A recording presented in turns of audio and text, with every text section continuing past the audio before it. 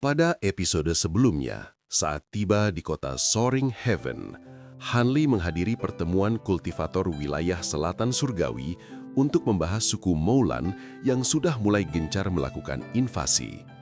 Setelah pertemuan tersebut, leluhur lembah Maple Kuning, Ling Hu, meminta Hanli untuk kembali ke lembah Maple Kuning dan menjadi tetua agung di sana.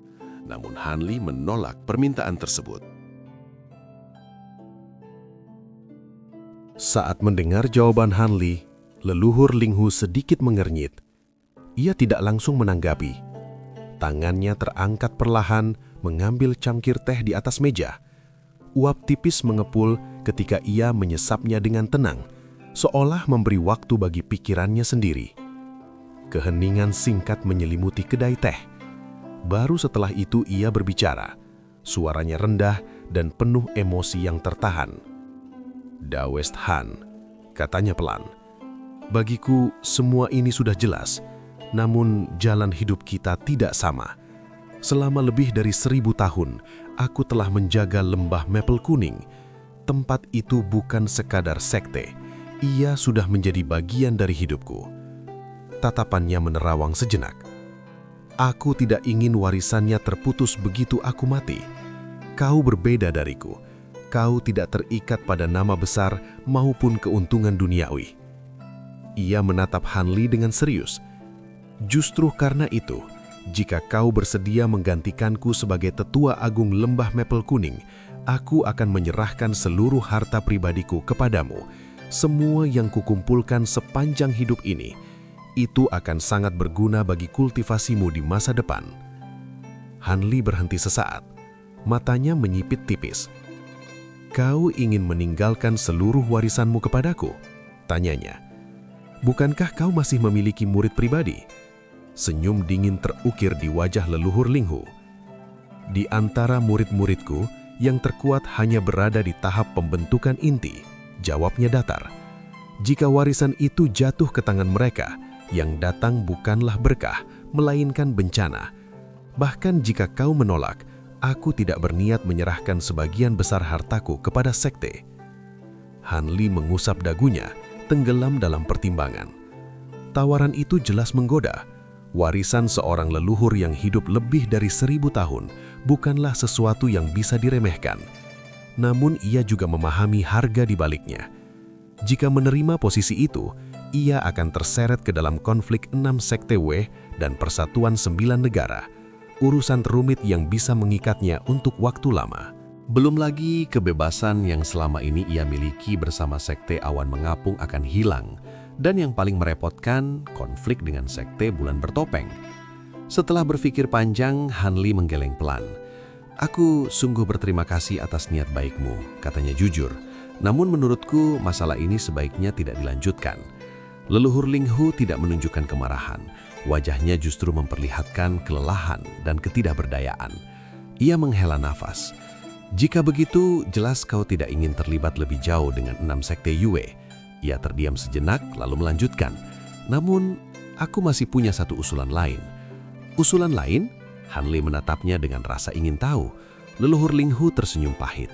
"Jika kau tidak ingin menjadi tetua lembah Maple Kuning, bagaimana jika aku menukar 3 harta dengan 3 permintaan bantuan? Tentu saja permintaan itu masih dalam batas kemampuanmu." Hanli berpikir sejenak, lalu mengangguk.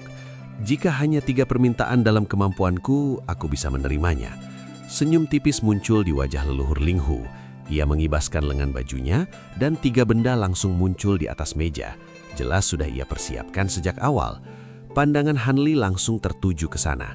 Sebuah perisai kecil berwarna biru berkilau lembut, sebuah botol giok merah, dan sebuah liontin giok hitam legam yang memancarkan aura samar namun misterius. Tanpa ragu, Hanli mengambil perisai biru itu. Saat berada di genggamannya, perisai tersebut terasa ringan dan halus, seolah tidak memiliki bobot sama sekali. Ia mengamatinya dengan heran, namun tak dapat memastikan bahan pembuatnya. Leluhur Ling Hu melirik perisai itu dengan sedikit enggan. "Itu harta kuno yang kudapatkan saat masih muda. Aku menyebutnya perisai cahaya biru. Kemampuannya luar biasa, terutama dalam menghantam serangan atribut api. Kau akan mengetahuinya saat mengujinya sendiri." Hanli mengangguk pelan dan meletakkannya kembali. Ia lalu mengambil botol giok merah. Di masa lalu, katanya, aku pernah menyelinap jauh ke dataran Moulan dan membunuh bis iblis sayap isar tingkat 7. Botol itu berisi inti iblisnya. Inti iblis tingkat 7. Hanli menghela nafas dalam hati. Meski langka di selatan surgawi, nilainya tidak berarti baginya. Ia hanya tersenyum tipis, membuka botol itu sekilas lalu menaruhnya kembali. Kini, pandangannya beralih ke liontin giok hitam. Kali ini, leluhur Linghu hanya tersenyum aneh, seolah menunggu Hanli menyadarinya sendiri. Setelah memperhatikannya dengan seksama, Hanli bertanya ragu. Jimat giok ini buatan kultivator kumo? Raut terkejut muncul di wajah leluhur Linghu. Kau mengenalnya? Menurut pengetahuanku, jimat seperti ini sangat langka bahkan di zaman kuno. Seharusnya sudah lama lenyap di selatan surgawi. Hanli tersenyum tenang. Aku hanya mendengarnya dari seorang sahabat. Leluhur Linghu mengangguk pelan. Jimat ini kudapatkan dengan mempertaruhkan nyawaku. Aku belum sepenuhnya menguasainya, tapi kekuatannya sungguh mengejutkan. Ia mengangkat jimat itu dan melafalkan mantra kuno dengan suara rendah. Cahaya hitam meledak pelan. Angin yin yang menusuk tulang memenuhi kedai teh. Di atas kepala leluhur Linghu, sebuah tangan iblis hitam merah terbentuk. Besar, mengerikan, dan memancarkan aura menindas. Hati Hanli bergetar. Tangan itu membesar, lalu menyapu meja kayu di sampingnya. Api yin hitam melahapnya dalam sekejap, tanpa suara, tanpa sisa, bahkan abu pun tidak tersisa. Selama tidak diserang oleh harta atribut yang, kata leluhur Linghu tenang, tangan hantu profound ini hampir tak bisa dihancurkan. Ia menarik kembali kekuatan itu dan jimat giok jatuh ke meja. Kau masih punya banyak waktu, gunakanlah dengan hati-hati. Hanli tersenyum tipis. Ketertarikannya terhadap jimat giok itu jauh lebih besar dari yang ia tunjukkan. Tak lama kemudian, ketiga harta menghilang, digantikan oleh 3 cakram giok putih transparan. Ini adalah cakram formasi buatanku sendiri. Selama aku hidup, aku akan menepati janji ini. Leluhur Linghu tersenyum puas. Kalau begitu, aku bisa menutup satu kekhawatiran dalam hidupku. Setelah berpamitan, Hanli meninggalkan kedai teh. Namun ia tidak langsung kembali. Ia menuju tempat terpencil, menatap langit sejenak, lalu mengeluarkan slip giok pemberian Etoa puncak surga. Saat membacanya dengan indera spiritual, keraguan perlahan muncul di wajahnya. Hanli memutar-mutar slip giok di tangannya sambil berpikir. Kilau cahaya biru tiba-tiba muncul dan slip giok itu lenyap begitu saja. Tanpa ragu lagi, ia melangkah maju mengikuti arah lokasi yang tertera di dalamnya. Ia menembus sebagian besar kota Soaring Heavens hingga akhirnya tiba di sudut kota yang jarang dilewati orang. Di sana berdiri sebuah toko barang campuran yang tampak biasa saja. Pintu kayu sederhana, namun di atasnya tergantung papan kayu hitam bertuliskan 4 huruf besar dengan goresan kaligrafi mencolok. Hanli berhenti sejenak, menatap papan itu, lalu masuk dengan langkah tenang. Bagian dalam toko tidak besar, hanya sebuah aula memanjang sekitar 20 meter. Rak-rak di kedua sisi dipenuhi bahan kultivasi umum dan berbagai jimat. Di sudut ruangan, sebuah pintu samping berornamen halus mengarah ke bagian belakang. Di balik konter, berdiri seorang pria paruh bada berjubah abu-abu, sedang membolak-balik buku besar. Hanli menyapu indera spiritualnya sekilas. Kultivasi pria itu rendah, hanya tahap kondensasi ki. Penampilannya pun biasa, nyaris tak mencolok. Begitu melihat Hanli masuk, penjaga toko itu segera berdiri dan tersenyum ramah. "Senior ingin melihat apa?" katanya cepat. "Barang-barang di sini lengkap, pasti ada yang sesuai dengan kebutuhan senior." Hanli membalas senyum tipis. Tangannya berputar, memperlihatkan sebuah slip giok hijau. Ia meletakkannya di atas meja. Begitu melihat slip itu, ekspresi pria Parubada langsung berubah. Senyumnya hilang, digantikan sikap penuh hormat. Ia segera mengambil slip itu, lalu bertanya dengan suara rendah, "Bolehkah saya tahu nama senior?" "Hanli," jawabnya singkat. Mata pria itu melebar. Jadi ini senior Han. Leluhur memang menyebutkan bahwa senior akan datang. Hanya saja saya tidak menyangka secepat ini. Silakan ikut saya. Ia segera berjalan ke belakang. Hanli mengangguk dan mengikutinya tanpa berkata apa-apa. Di balik pintu samping, ternyata sebuah gudang besar. Lemari kayu dan peti-peti tersusun rapat hingga memenuhi dinding. Pria Parubada itu berhenti di depan salah satu lemari, lalu mendorong sudutnya dengan lembut. Dua lemari bergeser, memperlihatkan sebuah tangga sempit ke bawah. Untuk mencegah tamu biasa merasakan pembatasan spiritual, jelasnya, kami menggunakan mekanisme dunia fana sebagai kamuflase. Hanli hanya mengangguk. Hal semacam ini bukan hal aneh baginya. Pria itu lalu menginjak sebuah ubin tertentu. Dengan suara krek tertahan, dinding di depan mereka terbuka, menyingkap sebuah lorong gelap yang memancarkan hawa dingin. Ia berhenti di sisi pintu dan tersenyum kaku. Junior ini tidak memiliki kualifikasi untuk masuk lebih jauh. Senior harus melanjutkan sendiri. Hanli mengerutkan kening. Indra spiritualnya menyapu lorong itu dan merasakan fluktuasi chi yang samar. Ia segera menyadari adanya lapisan formasi, sebuah penghalang roh sederhana.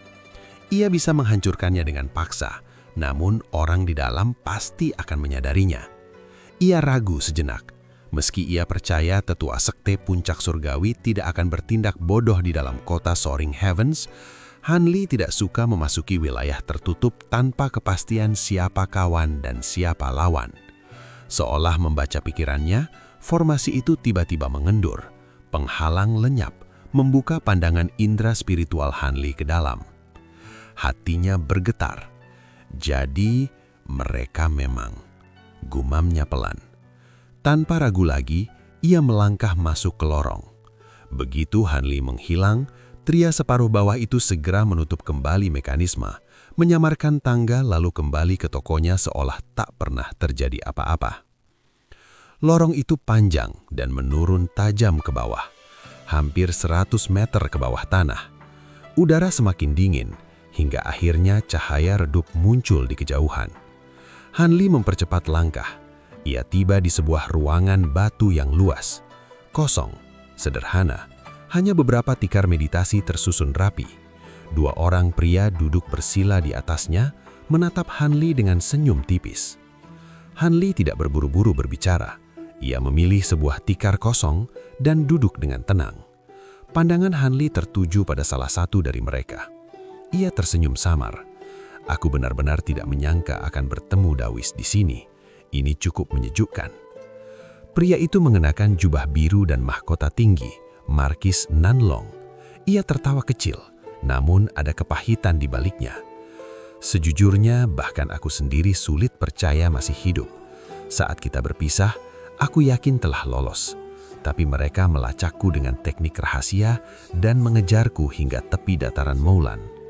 Nada suaranya merendah. Untungnya, aku bertemu sekelompok kultivator mantra tingkat tinggi. Dalam kekacauan itu, para pengejarku tertahan dan aku berhasil melarikan diri. Wajah Markis Nanlong tampak jauh lebih pucat dari sebelumnya. Matanya redup, jelas vitalitasnya telah banyak terkuras. Di sampingnya duduk seorang lelaki tua berjubah putih. Tak lain adalah tetua sekte puncak surgawi yang pernah ditemui Hanli sebelumnya. Hanli menatap mereka berdua, senyumnya memudar. Dengan kondisi seperti itu, bukankah seharusnya Dawis Nanlong beristirahat di kediaman goa? Mengirim murid untuk menggangguku, itu membuatku agak bingung. Markis Nanlong tertawa canggung. Dawis Han salah paham, aku tidak punya pilihan lain. Ia menatap serius. Kita sedang diburu. Tempat ini adalah rencana rahasia untuk menghindari perhatian mereka. Lalu ia menunjuk lelaki tua berjubah putih. Ini Dawis Lu Weiying dari sekte puncak surgawi, seorang sahabat yang bisa kupercayai sepenuh hidupku. Sikap Markis Nanlong terhadap Hanli jelas berubah, jauh lebih hormat dari sebelumnya. Ia telah melihat sendiri kekuatan Hanli saat membunuh kultivator Nasen Soul lain tanpa ragu. Tetua berjubah putih itu tertawa kecil dan memberi hormat. "Jika caraku menyinggung Daoist Han, mohon jangan diambil hati. Itu satu-satunya cara." Hanli langsung ke inti persoalan. "Kau mencariku karena kotak yak batu itu?" Markis Nanlong mengangguk serius. Sekte Roh Hantu telah menyuap beberapa anggota kelompok sebelumnya. Mereka menginginkan peta dan metode Master Changkun untuk memasuki lembah Devil Fall. Tatapannya mengeras. Daoist Han kebetulan memegang satu item penting untuk memasuki lembah itu. Jika digabungkan dengan petaku, kita bisa menghindari sebagian besar bahaya dan memperoleh harta karun di dalamnya. Hanli langsung mengerti. "Item itu cincin hitam?" Wajah Markis Nanlong bersinar. "Benar, cincin langit bumi." Hanli mengerutkan kening. Nama itu terasa familiar. Cincin langit bumi yang disempurnakan guru besar Huang dari besi meteor? Bukankah itu harta yang dianggap biasa, kecuali jika bertemu cahaya esensi Great North? Pengetahuan Daoist memang luas, potong Markis Nanlong. Cincin itu terbagi menjadi yin dan yang. Cincin yin yang kau miliki melindungi dari cahaya esensi. Cincin yang mengendalikan cahaya itu untuk menyerang. Ia menarik nafas. Master Changkun menggunakan cincin itu untuk melewati area cahaya esensi tanpa formasi besar. Metode lain terlalu sulit atau mustahil diperoleh. Hanli terdiam. Pandangannya beralih ke keduanya. Resiko dan keuntungan, pikirannya mulai menimbang dengan hati-hati. "Jadi maksud kalian," gumamnya pelan. Takdir, sekali lagi, mendorongnya ke persimpangan berbahaya. Sekian spoiler Donghua A Record of a Mortal Journey to Immortality, episode 185. Terima kasih banyak sudah menonton video ini sampai akhir. Fellow Daoist, perjalanan menuju puncak langit masih panjang. Jangan sampai tertinggal di dunia fana. Klik tombol subscribe dan aktifkan lonceng notifikasinya agar kalian selalu dapat kiriman energi cheat terbaru dari channel Gravity. Sampai jumpa di ranah berikutnya.